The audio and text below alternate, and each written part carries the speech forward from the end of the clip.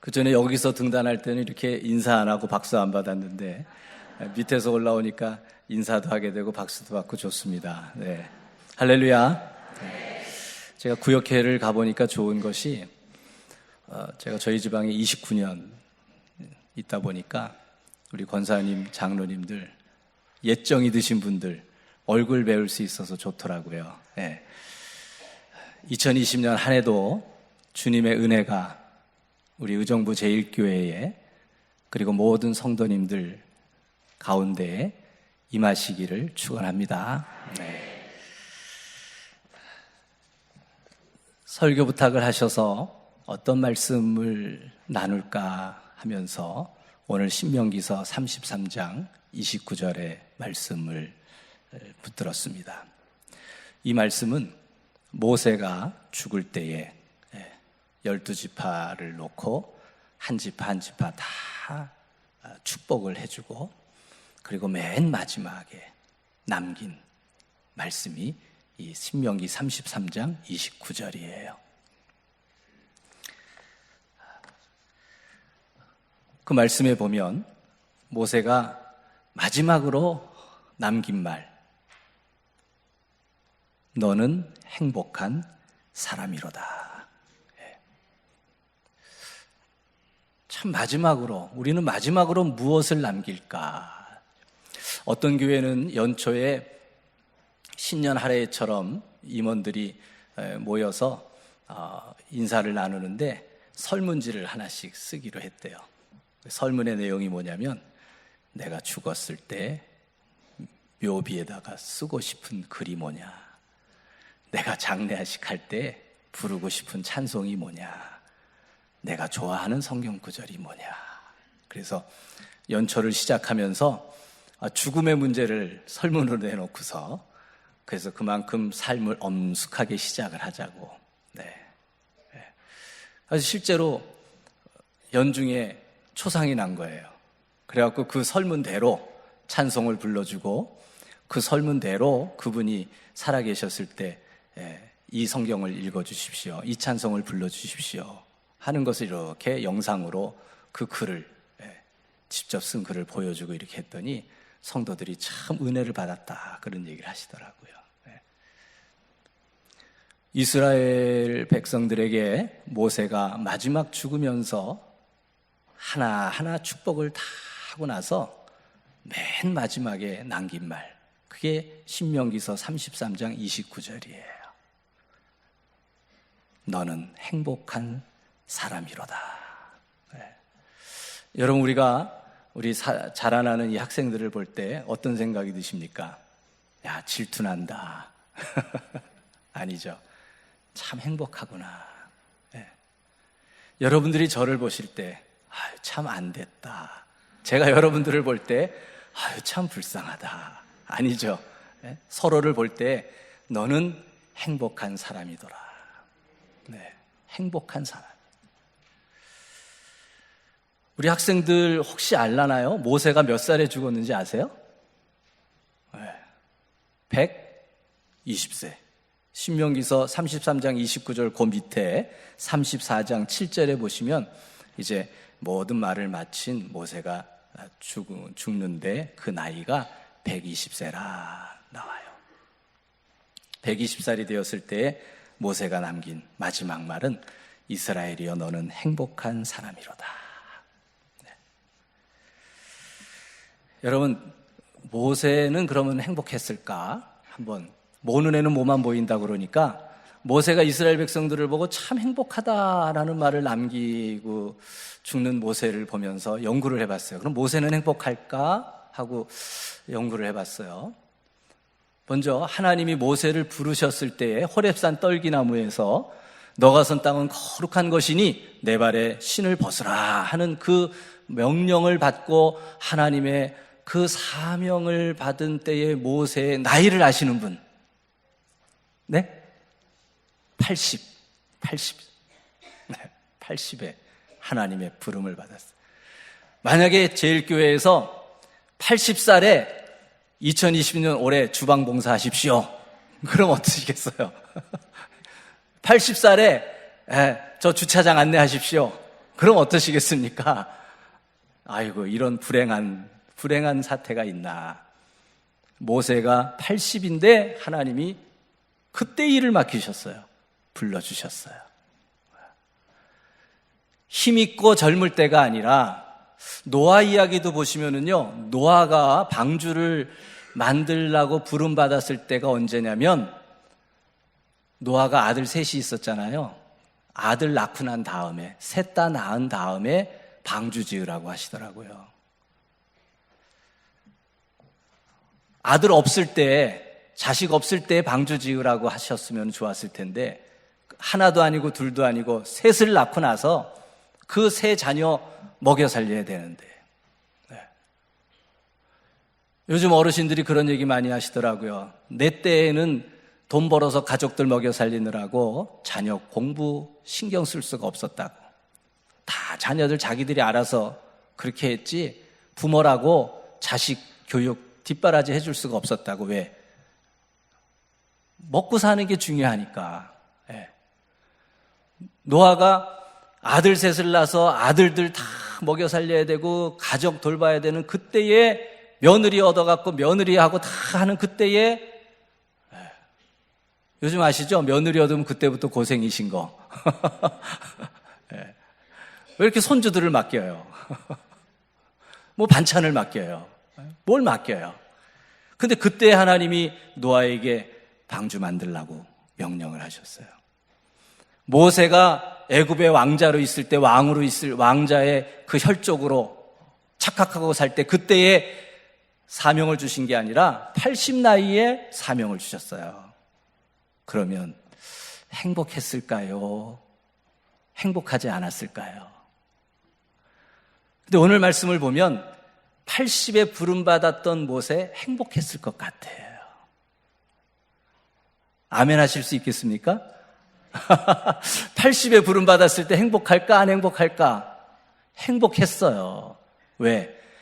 모세가 이스라엘을 향해서 너는 행복한 사람이로다 라고 이야기한 이유가 그 다음 구절에 나오잖아요. 이스라엘이여 너는 행복한 사람이로다. 여호와의 무엇을? 구원을 너같이 얻은 백성이 누구냐? 왜 모세가 이스라엘 백성들을 보고 행복하다고 표현을 했냐면 하나님의 구원을 받았기 때문에.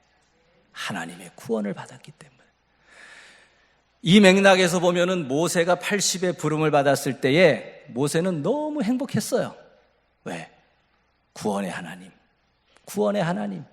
그 구원의 하나님을 만났기 때문에. 아시는 대로 모세가 40에 광야로 뛰쳐나갔잖아요. 무엇 때문에? 출생의 비밀 때문에. 사람을 죽인 일 때문에.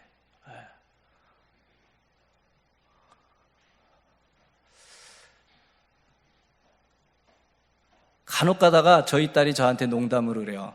우리 아버지가 같지 않대요. 자기 아버지 찾아야 되겠대요. 왜 그러냐니까 자기 아버지는 재벌일 텐데 잘못된 거 아니냐고. 네. 여러분 드라마에서 제일 1순위로 나오는 출생의 비밀, 모세가 그 출생의 비밀에 엮인, 우리 청년들이 표현하는 아주 그 질풍노도와 같은 그러한 격동의 시기를 겪은 모세. 그래서 40에 뛰쳐나가서 광야에서 정말 다 버리고 다 등지고 이제 자연인으로 살겠다고, 정말 다 초월해서 살겠다고 그렇게 하고 40년을 광야에서 살아서 물정도 잊어버리고 판단력도 잊어버리고 다 잊어버리고 자연인으로 40년을 살아서 그렇게 80이 된 나이에 하나님이 부르셨어요. 그런데 행복했을까요? 안 행복했을까요? 답은 행복했습니다. 왜? 비로소 구원의 하나님을 만났기 때문에. 구원의 하나님을 만났기 때문에. 요즘 부러운 분이 한 분 계시더라고요. 우리나라 국회의장을 지낸 정세균 국무총리. 왜? 나라의 2인자까지 하셨는데 또 국무총리를 또 하게 되니 얼마나 큰 행복입니까? 그런데 모세를 부르시고 나서 하나님께서 80에 모세야 너 국무총리 하거라, 그게 아니었죠. 그때부터 광야 40년 생활을, 120살 죽을 때까지 원망과 불평과 배고픔과 추위와 기근이 있는 그 40년 광야 생활을 맡기신 거예요. 아니, 늦게 부르셨으면 좋은 거라도 맡기셔야지. 늦게 불러주셔놓고서는 고생고생하는 일을 맡기셨어요. 행복했을까요? 행복하지 않았을까요? 모세는 그래도 행복했지요. 행복했습니다. 여러분, 광야에서 40년을 마치고 나서 젖과 끓이 오는 가나안 땅에 들어간 그 애굽 출신 1세대 중에서는 갈렙하고 여호수아 둘밖에 못 들어갔죠. 모세도 못 들어갔습니다. 이제 곧 가나안 땅, 젖과 꿀이 흐르는 그 약속의 땅으로 들어가기 직전에 하나님이 모세야, 넌 여기서 네 생을 마쳐야 된다. 아니, 고생 다 시켜놓고서 이제 편안하게 안정을 취하려고 하니까 그 목전에서 이제 여기까지다. 그래도 모세는 행복했어요. 왜 행복했을까요? 여호와의 구원을 너같이 얻은 백성이 누구냐? 구원의 하나님, 구원의 하나님으로 인해서. 여러분, 우리는 행복의 기준이 무엇입니까? 나를 구원해 주신 하나님이시기를 바랍니다. 성남의 작은 임대교회에 김정아라는 목사님이 있었는데, 뒤늦게 정신 차리고서는 목회의 길을 접어들었는데 목회가 참 어려운 거예요. 그러다가 어떻게 소개를 받아서 행사장을 갔습니다. 실내체육관에서 행사를 하는데 그 행사 끝에 말미에 사회자가 오늘 오신 여러분들에게 선물을 드리겠습니다. 지금 하늘 그 천장으로부터 풍선이 내려올 텐데 그 풍선 안에 선물의 이름이 담겨져 있는 쪽지가 들어 있습니다. 그 쪽지가 담긴 풍선을 잡은 분들 행운이 있을 겁니다. 그러니까 천장에서 풍선이 막 떨어지더래요.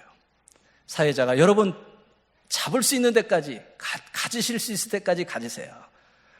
그래갖고 선물 준다는 말에 욕심이 나갖고는 떨어지는 풍선을 그냥 막 챙겨갖고 예.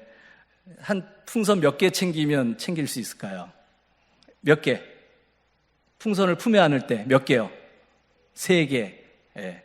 하나, 둘, 셋. 그 목사님 5개를 챙겼대요. 그래갖고는 자, 이제 풍선을 터뜨리십시오.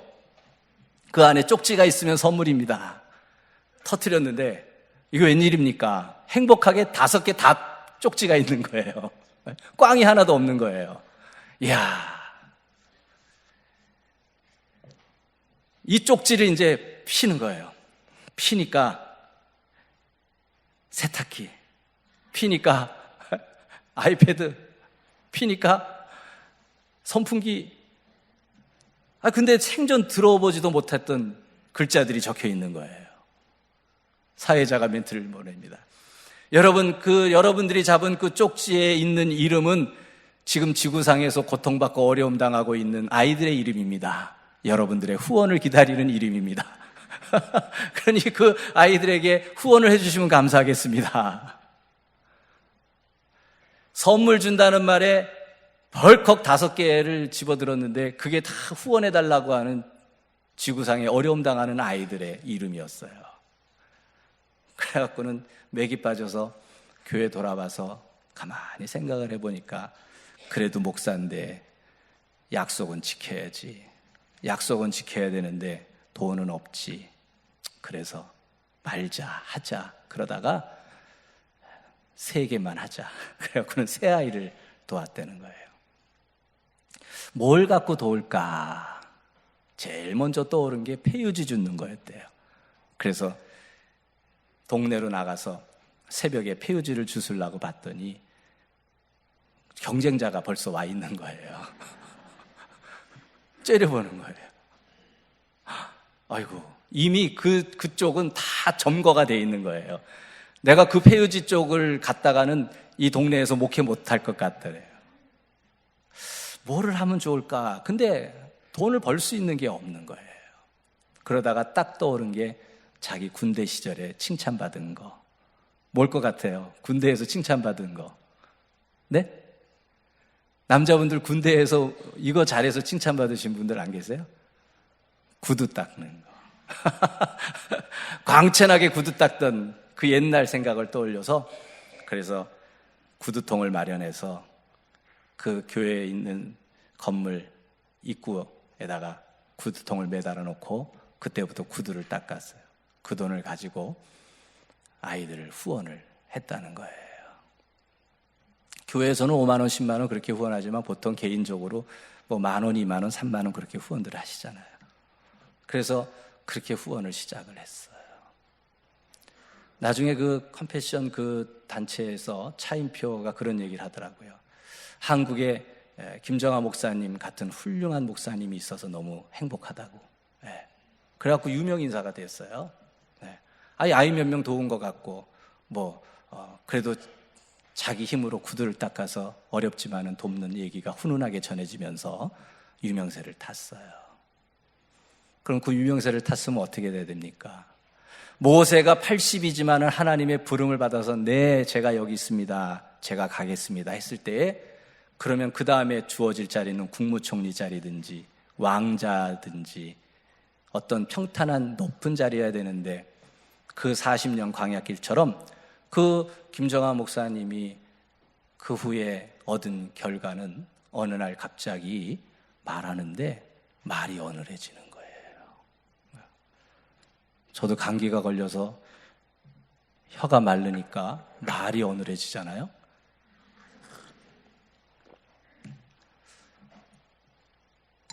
근데 점점 서 있는 게 안 되는 거예요. 루게리병에 걸렸어요. 그래서 나중에는 앉아서 말도 안 돼서 자막으로 근근히 설교를. 근데 그 루게릭병에 걸렸을 때 한 설교가 1억 원을 번 사람이 동전 10원 잊어버렸다고 해서 신경 쓰나요? 나에게 하나님은 10,000가지 은혜를 주신 구원의 하나님, 그 10,000가지 은혜를 주신 구원의 하나님 1억 원을 받은 내가 이 육신의 질병 하나 걸렸다고, 동전 10원 잃어버렸다고 불평하겠습니까? 여러분, 1억 원을 가진 사람에게 10원짜리 동전은 있어도 없어도 그만인 것처럼 하나님의 은혜를, 구원의 하나님을 체험하고 구원의 하나님으로 인해서 영생을 얻고 나니까 자기 육신의 망가짐은 그렇게 큰 일이 못 되는, 사도 바울이 살아도 주를 위해서 죽어도 주를 위해서 가난에 처하던 궁핍에 처하던 배부름에 처하던 배고픔에 처하던 그 어떤 것이더라도 나의 구원의 하나님, 그 하나님으로 인해서 내 육신의 질병은 동전 10원밖에 안 되는 겁니다. 여러분, 우리가 구원의 하나님으로 인해서 기뻐하는 자가 되시기를 바랍니다. 여러분, 이 복음성가를 아는 분은 9세대고 제가 부르는 이 복음성가를 모르는 분은 신세대예요. 아시는 노래인지 모르는 노래인지 한번 들어보세요. 무화과 나무 잎이 마르고 포도 열매가 없으며. 웃으시는 거 보니까 아는 분들이네. 알아요? 어려서 이 찬양을 부를 때 악기도 시원치 않고 그때는 기타 친다 그래도 다 그 귀신 들렸다 그러지. 드럼 친다 그러면 드럼을 막 찢어버렸어요. 그런 시대에 악기도 없던 시절에 4분의 4박자 그냥 박수만 치면 흥이 나는 무화과 나무 잎이 마르고, 그래갖고 서로 더 빨리 부르자. 무화과 나무 잎 막 그냥 불렀던 그 찬양, 너무 신났던 찬양. 그런데 믿음을 성숙해지고 난 다음에 하박국서 3장 17절이 그 찬송 복음성가의 말씀이었잖아요. 근데 그걸 뜯어보니까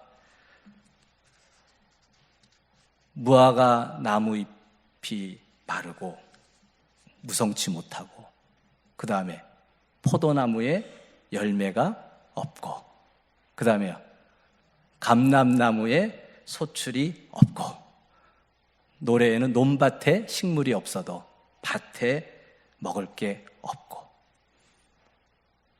우리의 양떼가 없고, 외양간에 소가 없고.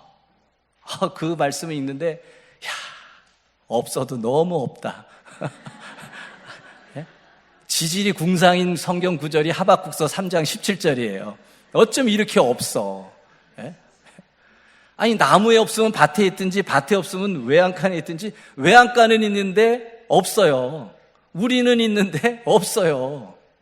없어도 너무 없는. 아니, 근데 없는데 뭘 즐겁다고 그냥 박수를 치냐고요. 없는데 왜 즐거워서 박수를 칩니까? 그게 박수 칠 일이냐고요. 이렇게 없는데, 없어도 너무 없어요.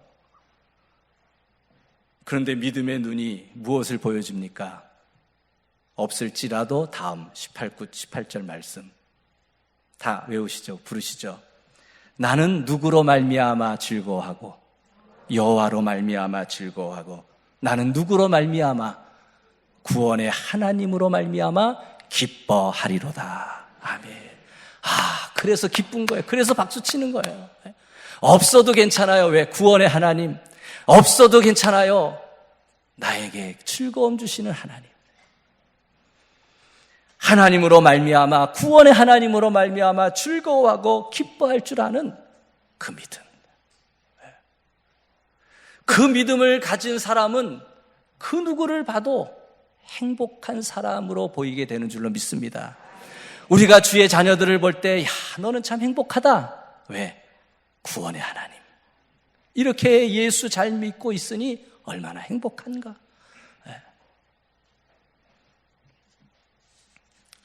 요즘은 그래도 부흥 강사님들이 점잖아지셔서 그렇게 안 하지만, 제가 학생 때에 부흥 강사님으로 오셨던 분이 단골로 불렀던 찬송이 나 같은 죄인이, 근데 그것을 나 같은 무슨 연이 그렇게 부르더라고요. 나 그래서 너무, 요즘 같으면 큰일 나죠. 나 같은 아무개 년이 그렇게 불러요. 어우, 충격이었어요. 근데 그래야 충격받는데요.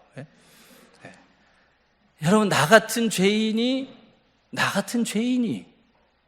구원의 하나님으로 말미암아 영생을 누릴 수 있고, 구원의 하나님으로 말미암아 즐거워하고 기뻐하며 감사하는 삶을 사는 그것이 얼마나 행복한 조건인지. 여러분, 행복한 사람이 되시기를 바랍니다. 이유는 다른 거 아닙니다.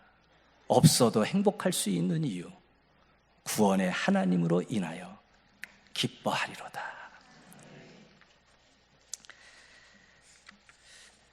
한 문제 더 내볼게요. 이 문제도 아시면 9세대, 모르시면 신세대예요. 아까는 알았지만 못 맞힐 거예요. 영화 중에 낮은 대로 임하소서라는 제목의 영화가 있습니다. 아세요? 모르죠? 낮은 대로 임하소서 영화. 그걸 아는 분은 9세대예요. 왜냐하면 1982년의 영화거든요. 스토리는 이래요. 아주 전도 유망한 청년이 어느 날 시력을 잃어버려요. 그래서 자살을 시도하다가 이렇게 저렇게 인생을 포기하다가 누구를 만날까요? 예수님을 만나요. 그래서 삶이 변화되는 이야기예요.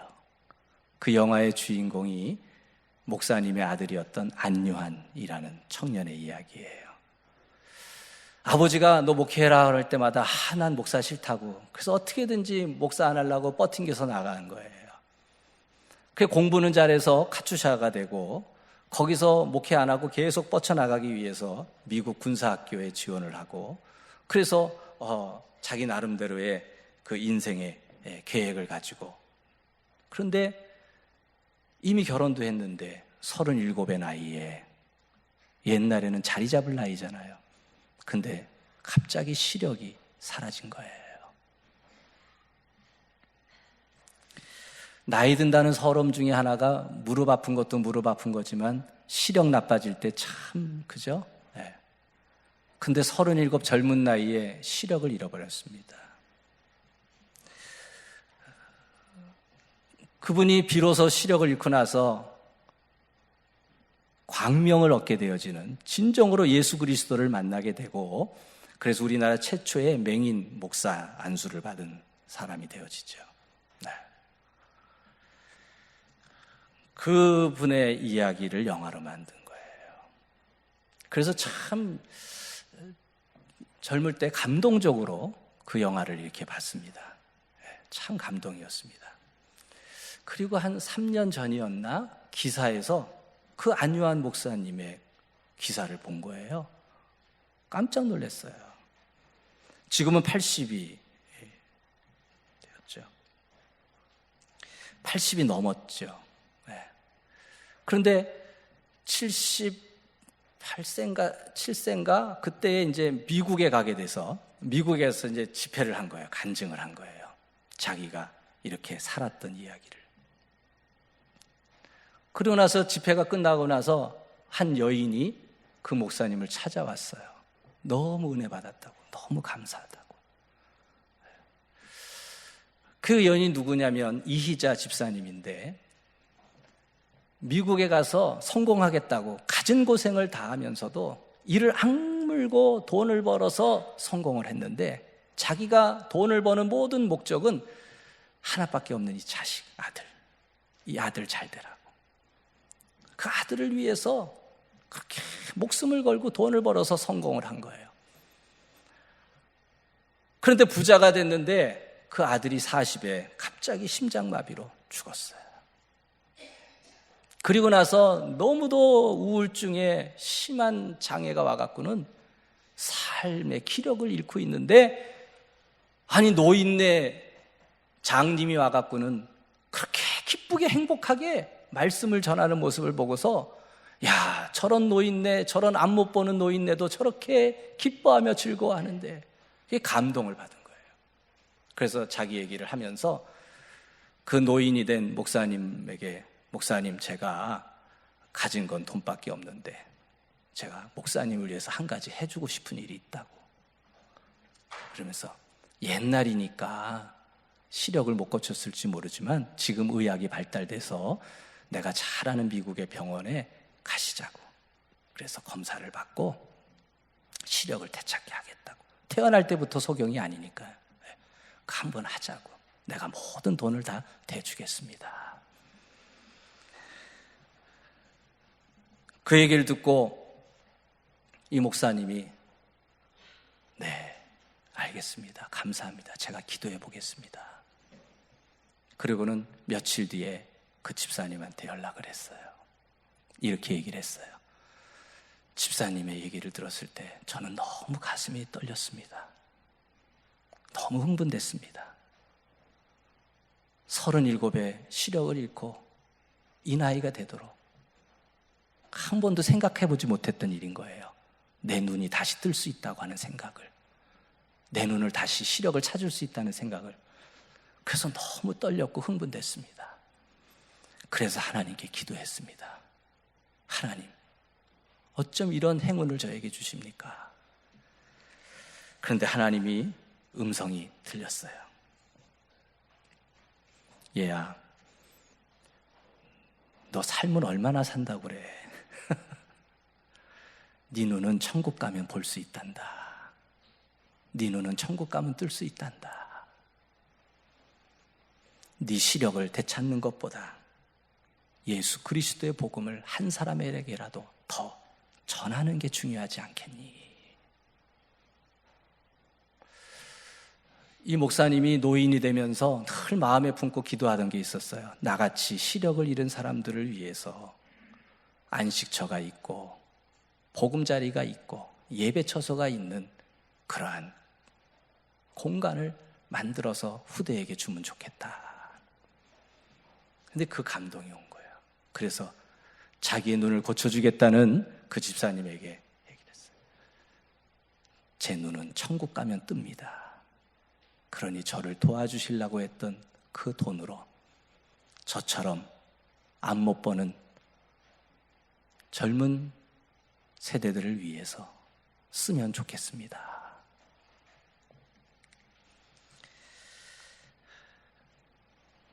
그 집사님 얘기를, 그 목사님 얘기를 듣고 집사님이 네, 좋습니다. 그럼 목사님이 원하시는 것을 하겠습니다. 대신에 부탁이 하나 있습니다. 거기에다가 제 아들의 기념관을 이름을 붙여주면 좋겠습니다. 물론이지요. 그래서 11억 원을 들여서 예배당 그리고 보금자리 3층짜리 멋진 시각장애인들을 위한 처소를 마련했어요. 그리고 그곳의 이름을 브랜던 기념관이라고 졌어요. 그 집사님의 아들의 이름을 따서.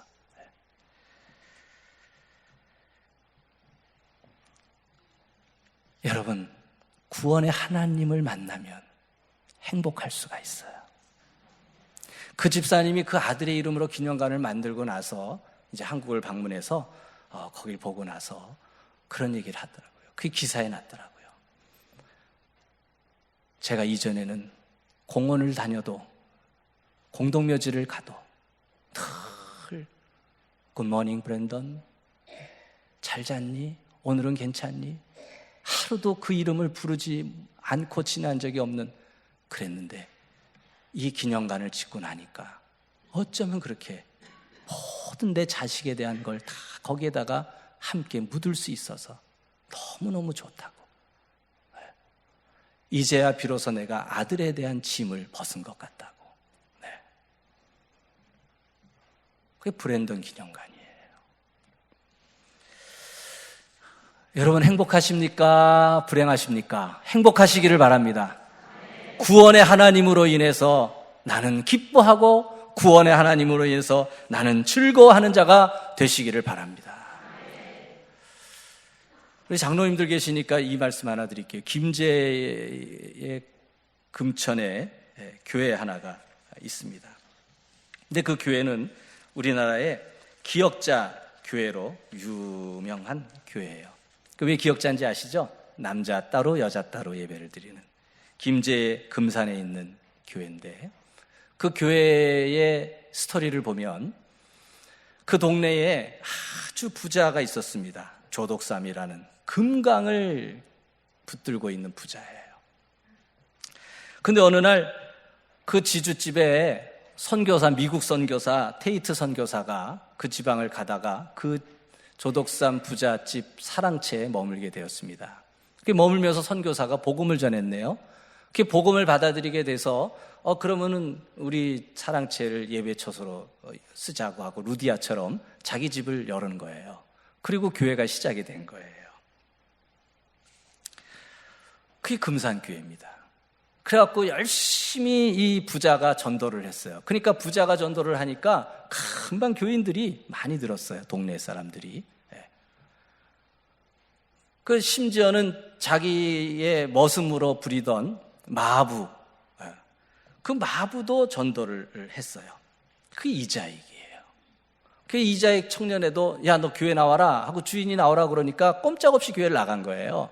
아니 그런데 늦게 배운 도둑이 뭐 한다고 너무너무 예수를 잘 믿은 거예요. 그 머슴이. 그 교회가 점점 부흥을 해서 200명 가까이 되니까 이제 교회에서 장로님을 세우게 되었어요. 아시는 대로 교회는 장로님을 투표로 이렇게 하잖아요. 그런데 하필이면 두 사람이 장로 후보로 섰어요.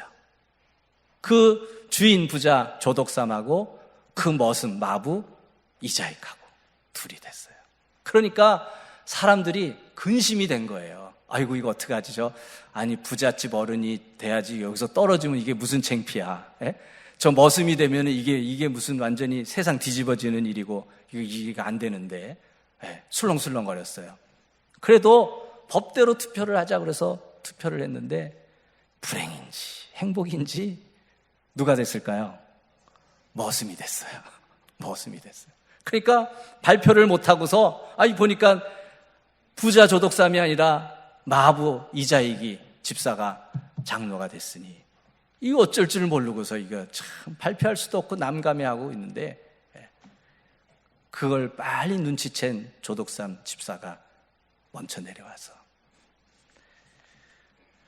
결과가 어찌 되었든 이건 다 하나님의 뜻입니다.